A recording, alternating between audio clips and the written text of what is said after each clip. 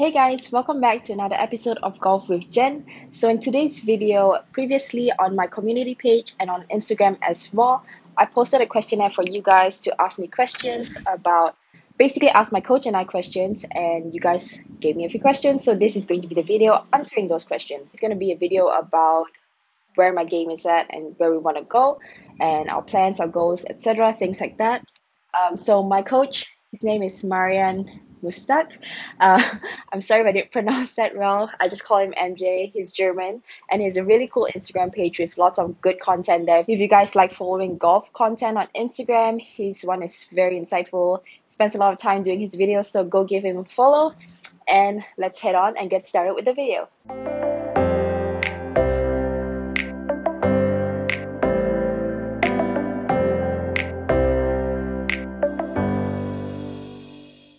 You ready? Question number one. I like the one that says, is it hard to coach a girl that never stops laughing? It's actually not. It's actually not. Sometimes. Oh my god. I mean, but you have the ability to also getting serious and have a sit down, and have a serious conversation about things. So I don't mind that you have then your 5 minutes where you jump around. I'm not laughing all the time. Pretty much. Okay, let's start with how long we've been working together. I guess it's a good intro. I think it's been like 6 weeks now. Yeah, not even, right? We started December. What did I say? There, 6. Yeah, so like a month. Yeah, I would say a month. Yeah, maybe a bit more. What is your teaching philosophy? Oh, it's very, very tough to answer that, because I would say there are so many different areas and parts of the game where a coach can have a philosophy on. I mean, you can have a technical philosophy, you can have a philosophy regarding how one should practice, or what might be the most successful way to practice, different thoughts on putting and short game. Just so many different ways of thinking in different parts. So I'm actually not sure how to answer that properly, but I think I'm giving a lot of thoughts away how I think about golf, not only technical, but also about other things on my Insta page. So feel free to check that out. Should we talk about the strengths, weaknesses? On your swing? On your swing / game. Okay, in the game, strength, putting, definitely. Weakness, driving distance. It says your smallest change you made that had the biggest impact. Maybe we can do that with videos. I think like if we show like a drill, we're talking the about difference. Are we talking about technique? Because I'm not sure if I would use I think it's technique. or answer that in technique. I think something that had more influence on you was our first conversation,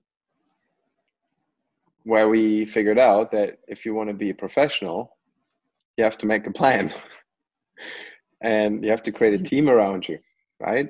That then take care of different things. And I think that had the most impact so far on you, because compared to where you're coming from, I think you've been able to create a way better strategy and structure and actually a plan going forward, where you want to, or what do you want to achieve in the different parts of the game, with different people, not only with me, but also with different people.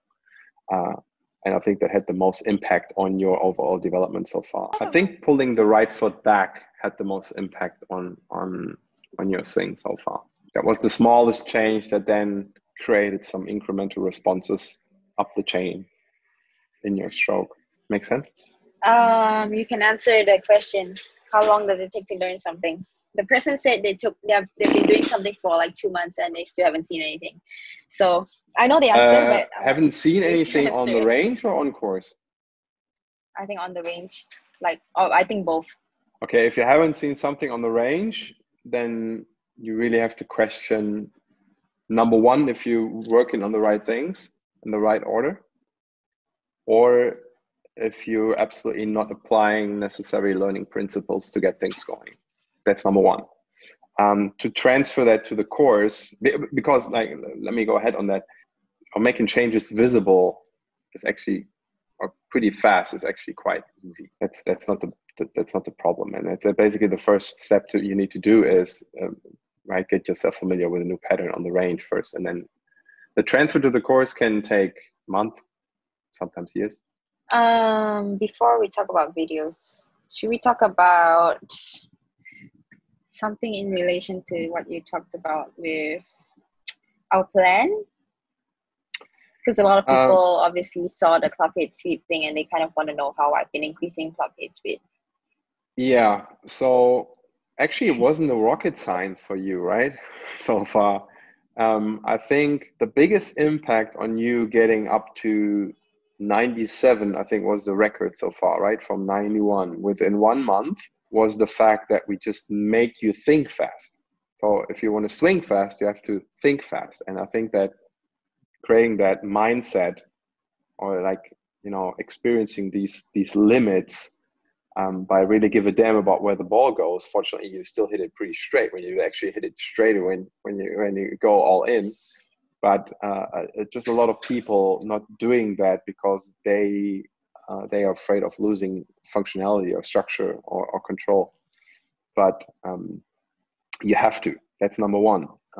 So the neurological approach to it is like really be aware of the fact that you can go faster, or you should go faster, until it becomes a routine to swing on that level with that speed on course. And then obviously the physical component. I told you that right from the start, right? You have to gain at least 10 kilos. And yeah, I think that contributed to it as well, because I think you gained 1.5 already over the last 4 weeks, combined with that strength training that you're still doing on a consistent base, right? Definitely contributed to that. I think these been the two biggest things for you to reach that new level of club head speed. I don't know. Do you want to talk about the tour thing? The what? The tour thing. Like a lot of people asking what you think I would do on tour, or how I would do on tour. How should I know? Right? Exactly the same with the question if you're able to win. I mean, you won nationally, you never won internationally, and to be fair, you haven't played too many events against a strong field on an international level so far, right? So it's very tough to say, let's say you transform your body, you transform your game technically, speed-wise, and so on and so forth. How competitive it is going to be going forward, I don't know. We will see. Do you have the mindset to do that? In my opinion, you do. You do have the mindset to do that. Although you're like a very, you know, a very funny girl, right? That jumps around. But you overall have a very positive attitude towards the game, and you're more laughing about bad shots than getting frustrated, which is, in my opinion, still a better option. And actually, I love the t-shirt. I love the t-shirt, the No Hate Club. With cats on it. Yeah, There was a cat and a dog. Yeah. Okay. The controversial discussion between what is more important, or what do you mean? Yeah. It depends a bit, right? Especially in female golf, for example, where everybody hits it pretty straight.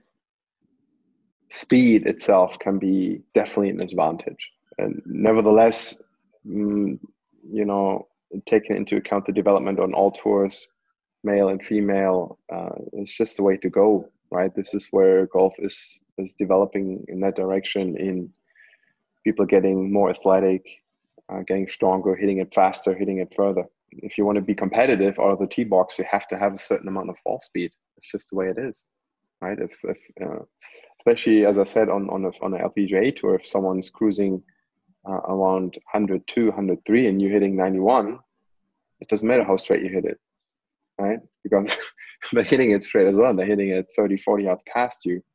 It's going to be a disadvantage, 100%. So when we first met, 91 is just not enough.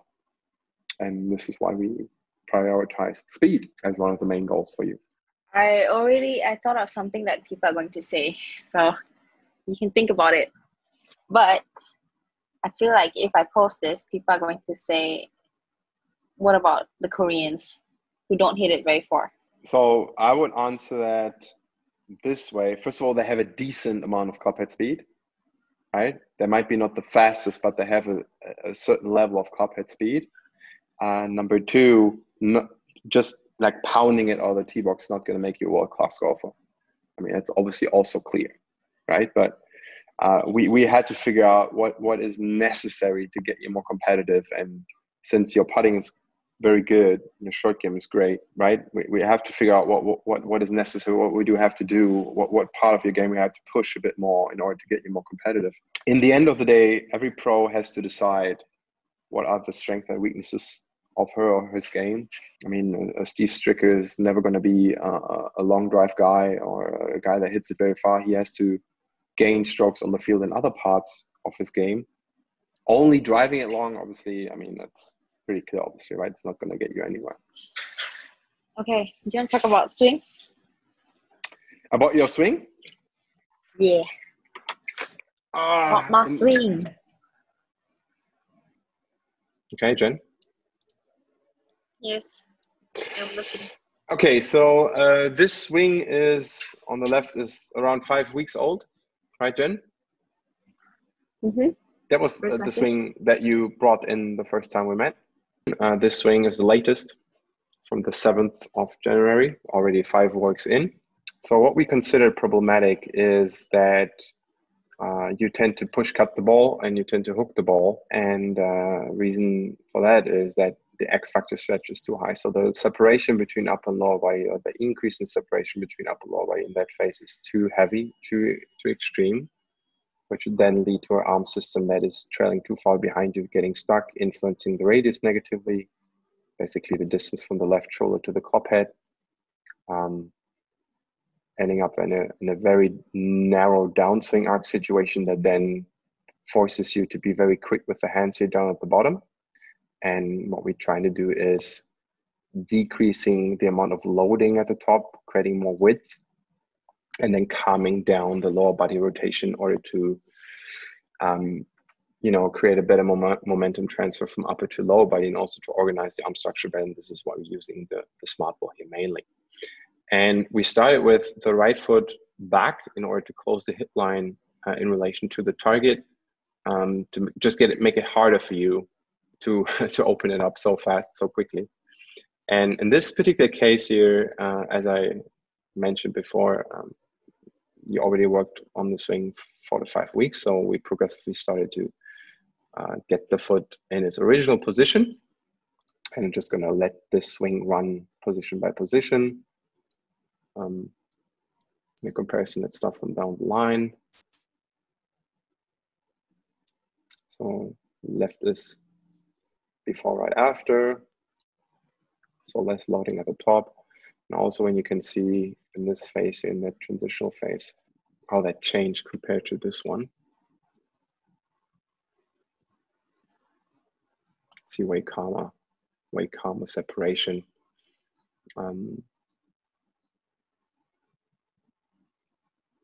Better momentum transfer to the upper body. Upper body is catching up with the rotation of the lower body. A smart ball providing a proper arm structure.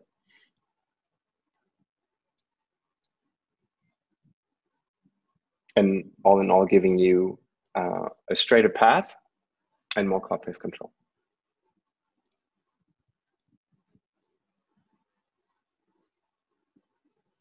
Also can see, especially through this phase, that the hands doesn't have that little flick or that very quick unload. The hand arm system is now more related or more connected to the upper body rotation. In this case, the pivot is basically stalling here. And yes, that's basically the stuff that we've been doing for quite a while now. Okay, whatever. Bye-bye. Have a good one, Jen. Bye-bye.